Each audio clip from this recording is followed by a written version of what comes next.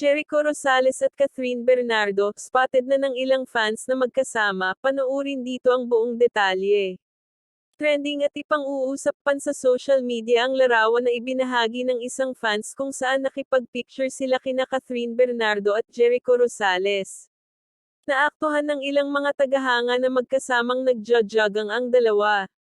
Ayon sa Facebook user na uploader ng nasabing mga larawan ay kasama ng dalawa ang kaibigan nitong aktor na si John Manalo. Buong caption nito, post ko na din sa wall ko para may remembrance. Kasabay lang namin mag-jogging sila Catherine Bernardo and Jericho Rosales.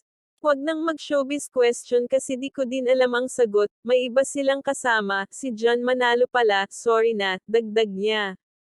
Hindi naman maiwasan na kiligin ng mga netizens at fans and at the same time mapatanong kung bakit magkasama ang dalawa. Ayon sa ilang mga post mayroon umano gagawin na project ang dalawa na magkasama.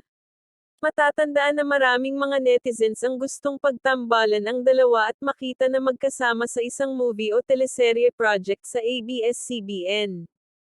Ilang beses na rin na nakita ang dalawa sa iba pang mga ganap na talaga namang nasisigurado ng mga netizens na may nilulutong project ang dalawa.